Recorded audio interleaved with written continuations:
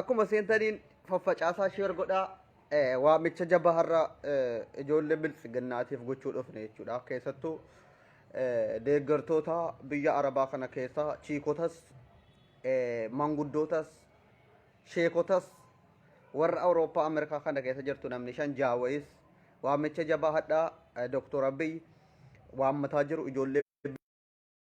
waamicha kana isiniin gahuun dirqama keenya jabaadhaatti sheer godhaa. Nama kuma lama barbaada Dr. Abduseen akkasin jabaattanii ittiin geessanu ijoollee biltsiginnaa qofa waama hayyee jedha digaa Dr. Abduseen keeyyaa waamicha biltsiginnootaaf har'a Dr. Abduseen qabatanii dhufan kana jabaadhaa sheer godhaa. Akkas nama meeqan seene nama kuma lama seensisaa jabaadhaati aboo sheer godhe haa caal jetteen taa'e waamicha jabaadha. maal taatan ijoolleen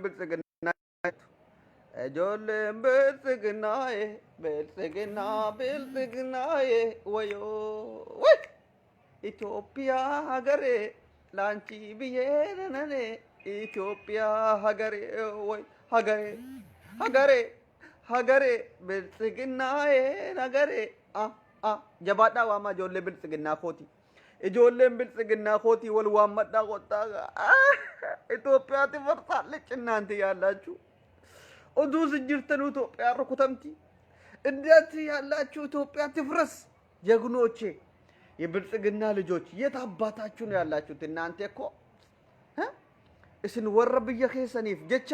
አብይን ብረዳበቴ በርታ ጀግናችን አዳደረዳይ ግንባሩን በለው ጀዳ ቱርተን ዲያስፖራ ሩዘ ቁፍተኒ ብልጽግና ፋና ዳበተኒ ሞቱማ ኸነ ጀጀባዱ ዳ ቱርተን ሀራ ዱቢን ዱጋታቴ biyya kootiif galeetanin haga lubbuu waree gamuutti biltsiginnaa wajjin du'a warri jedhaa turtan guyyaan siinii geesse waan namaa jiru du'aayin Oromoo lafan buutu bar guyyaan isin ijoolleen biltsiginnaa har'a saanxaa keessan qabattanii gurbaa keessan gowwaa sana bira ayxanii dhaabbattan gahe saanxaachuun hadhaa kaasaatii yoo dhuguma biltsiginnaa taatan afaaniin asirra teessanii biltsiginnaa hudduun daanqoo lixuudha iddee lixuudha baa jirtu Tigraay hudduu keessa ol bobeessaa jirtu jabaatanii galtanii bira dhaabbachuu warri biyya alaa jirtan Awurooppaa kanarra namni shan jaan dhabamtu kan biltsiginnaa deeggartu warri immoo karaa biyya Arabaa kana keessaa ruuznii hudduu isin guutee jennaan biltsiginnaa barta እኛ እኮ ፈርተን አይደለም ኢትዮጵያ ለዘላለም ትፈርሳለች እኛ ደግሞ የምንለው ኢትዮጵያ ከነ ልጆቿ እጆቿን ወደ ጀዋር ትዘረጋለች ጀኔ ጀለሙሬቴኛ ነው ኢልማን ኦሮሞዳ ድሩ መህምኒ ijoolleen biltsiginnaa saanxaa keessan sabsaba qoqqopheeffadhaa jabaadhaati abiyyi keessa rukutamaa jira jarattiin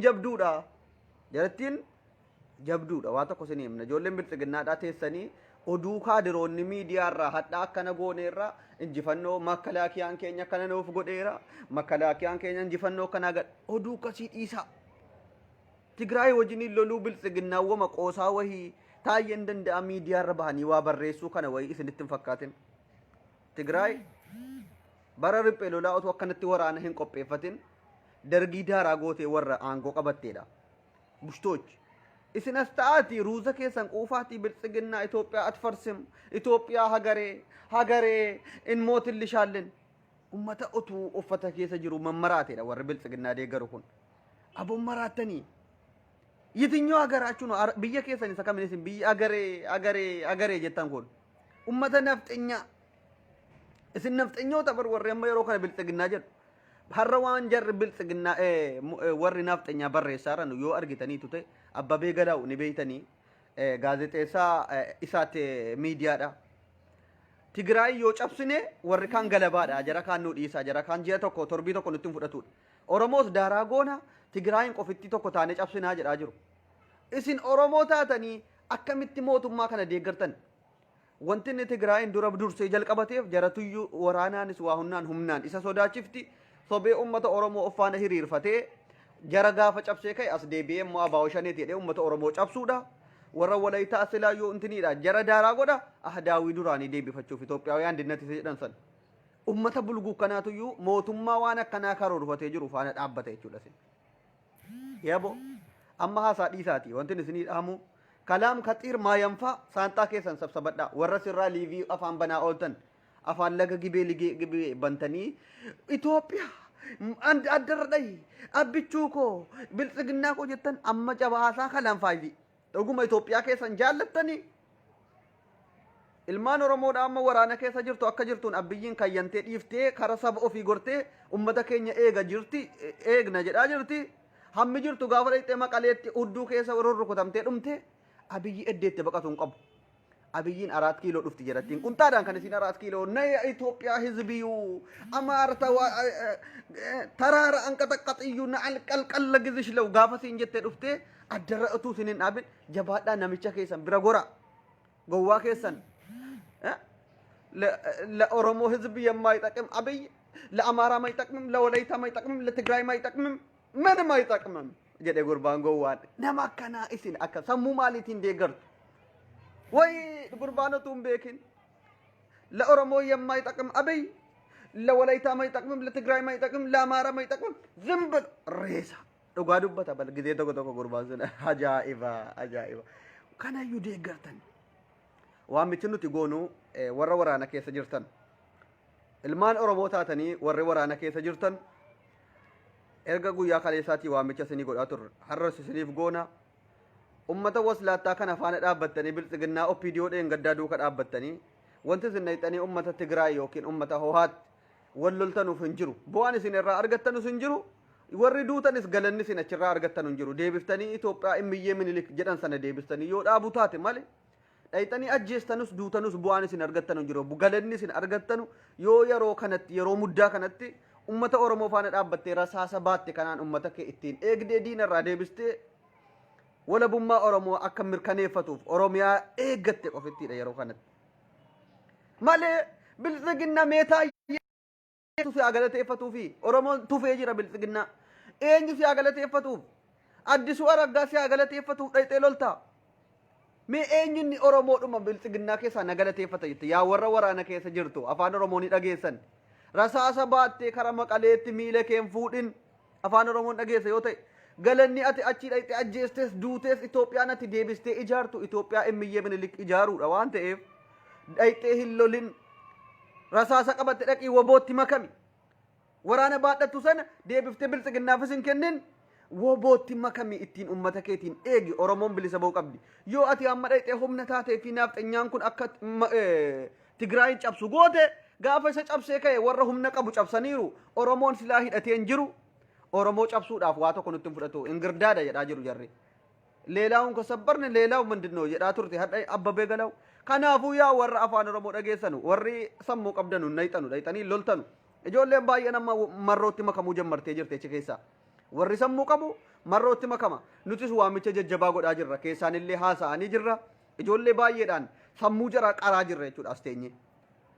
ijoollee baay'ee kan amma waraana keessa jiranu ijoolluma hiriyoota keenyatuyyuu leenjifamaniituma amma waraana ta'ani nama biraati miti hin gorsina gorsa bareedaa kenninaa fi Itoophiyaan immiyyeedhaaf dhayxee hin du'in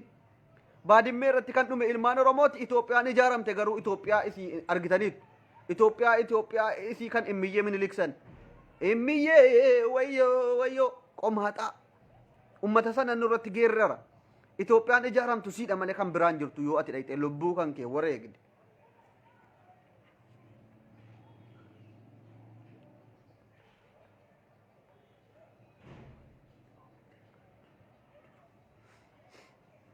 akas Oromoo fingalchuu saba kee eeggadhu ummata Oromoo tikfadhu nuti amma ajajni nuti dabarsinu ijoolleen biltsiginnaa feesbuukii kanarraa afaan hamma tuubboo babal'atu sana banaa turtan amma jabaadhaa galaa itti makamaa abiyyuu keessanii wajjiniin hamma qunxaa keewwachuutti saanxaa keessan qabadhaatii kara Tigraay guzoo wada maqalee lolaaf malee as Suudii Arabiyaa keessa ta'anii bartaa wayyoo adda injifannoo manaa galmeessineerraa sheer godha way sodaa fakkaata way ajaa'iba argitaniitu miti dheengadda waan paarlaamaa kijibaa sana keessatti ta'e argitaniitu gaafa ilmaan nafxanyaa keessaa namni hammi taate way duuteetti jedhamee gabaafamu paarlaamaan miila tokkoon dhaabatee boohichachi taaziyaan akka dhabe mee gaafa kan Oromoo kan na dhibu biltsiginnaan diina Oromoo ta'uu kan hin bare paarlaamaa sanaa walitti qaba inni ilmaan Oromoo gabbaafamanii nama shaniin eddee tokkichatti rashanaman gaafa ulamaan warraaf abbaan manaa eddee tokkotti ajjeefamanu gaafa daa'imni adda keessa dhaamtee duutu paarlaamaan gaafii tokko gaafate jira afaan oromootiinis ta'u afaan kamiinuu oromoo bakka buuna jedhanii warri paarlaamaa keessa jiran hamma yoonaatti erga gaafa Hacaaluun du'uutii qabee ummatumti paarlaamaa keessatti du'a oromoo kana gaafate maaliif duuti kun nurraan dhaabbanne maaliif hayyoonni hidhaman jedhee gaafate jira kan nafxanyaa qanii tokkotti wallaggaa gullisoo keessatti namni du'e jedhamnaan taaziyaan erga tiiktookiidhaa qabee erga biyyaatti paarlaamaa keessatti boohichi kurreen naqabaa innaan taaziyaan fooxaadhaan lafaa xaragaan olamne kanaafiyyuu biltsiginnaan diina oromooti jennee jala murree isinitti himna gizee dhibbarra deddeebine yaa ummata banii shukshuk yaa ibnal tuktuk isiniin jenna yaa ummata gowwa deebii wada daasishta malashi amma maftiin jiru maftii faladhumaa qofa isinii keenyee baana nuti faladhumaa የመጨረሻ መፍቲ ኢትዮጵያን ለማዳን ከፈለጋችሁ የፖለቲካው ነብይ ጀዋር መሐመድን ፍቱት ኢትዮጵያና ልጆቿ እጆቿን ወደ ጀዋር ትዘርጋ ፈዩ የበርባዴ ኢትዮጵያኒፍ ኢልማንሲ ሐርከሲ ከረ ጀዋር ተድሪር ፈቱ አጀጀኩን ጀባዳቲ ሐርከ ከሰንከራ ነብዩ ሲያሳ የፖለቲካ ነብይ ጀነ መቃከን ነራፍ ነብይ ዋንፉ ከረፉን ድራት ቤ ሎሊ አከትከው ማልተ ወይ አማአቲ ነመከነ አንጎ ቆፋፍ ሰበብ ሶዳት ቆፋፍ መነይዳ ከሰ ብይ ነጋን አርገት ጀዋር ሐረኡቱ በከ ጅራቴ ወንተ ከና ባየ ዲባ ጉዳ ጎዴ አከ ኢኒ ዳብሲሱ ደንደው ይተመነሉ አባ ኬኛ አባታችን የኢትዮጵያ አባት ሺህ ዓመት ትነግሳለ ወጋኩም አፍኑ ቡልቻ ጀዌ ኬኝ ኢሰ ቆፍቲ ብይ ኢትዮጵያ ነጋ አርገቹፍ ጀዋሪት ሐርከሲ ከነቴ አባታችን አንተ ያልነው ነገር መቀበል ነው ከነ ቆፍቲ ዳን አለማቃን ጀዋሪ መነይዳ ኬኝ nama muhuri sammuunsa Itoophiyaa irra darbe addunyaa bulchu mana hidhaa keessanii kamitti biyya bulchuu dandeessu. Aangoo qofaaf aangoo sababni ummanni isa jaallatuuf ummanni sababa isa jaallatuuf ana dhiisee isa jaallata narraa buufataa qofaaf hidhanii maqaan jawaariin. Oh my god tanaagare ko የፖለቲካው ነብይ ሳይንቲስት maal jenne maqaa kenninaaf ebo kana qofatti duu furmaata dawa akka shiroopiitti jawaariin badi baaftee irraa unachuu qofa yoo dawaan Itoophiyaattiin kun akkasiin daaraa taate akka Sooriyaa sanatti ummanni isaa beela'ee faffaca'ee daaraan taane yoo barbaadde baasi ni baasta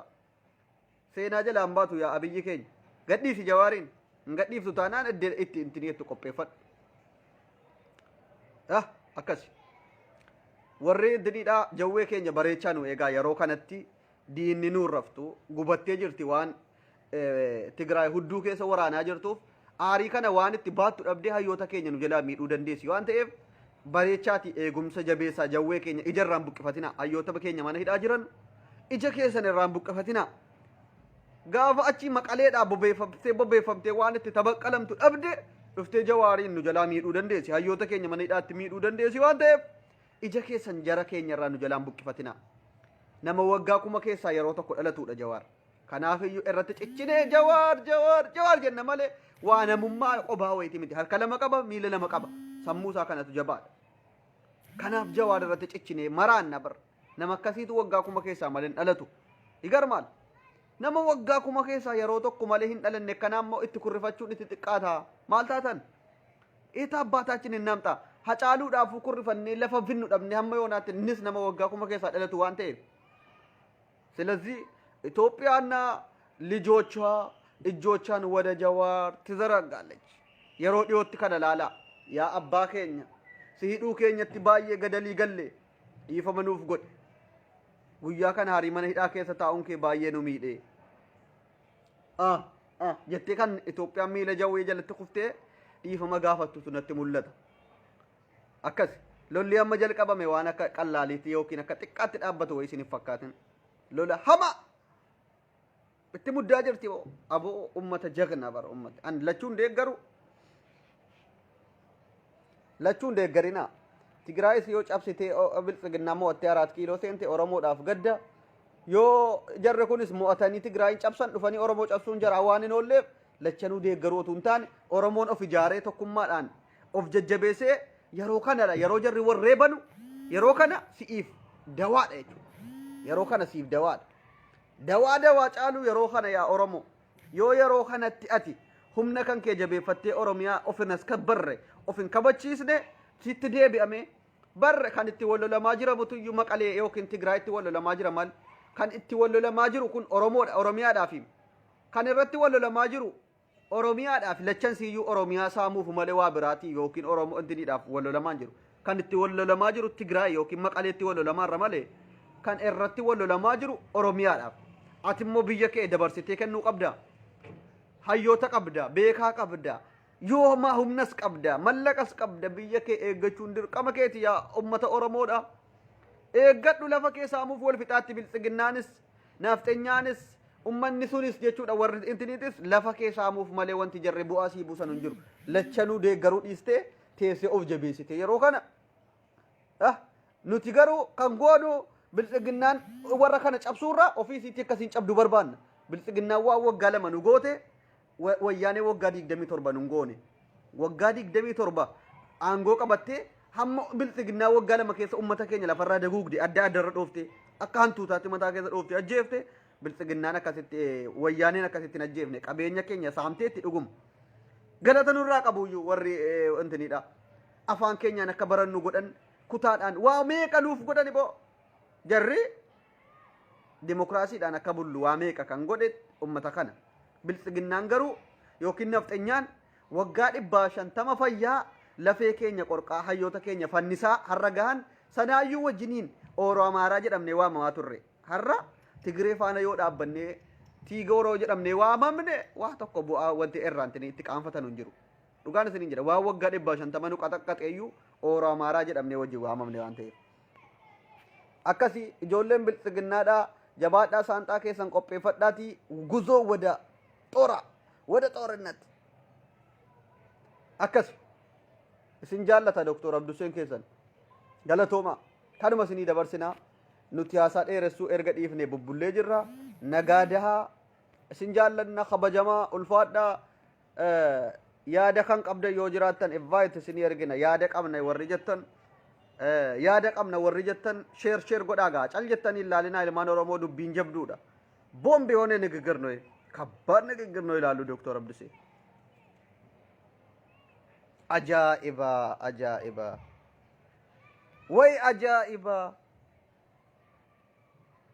way ajaa'iba sheeriin goone mallee ijoolleen ajaa'iba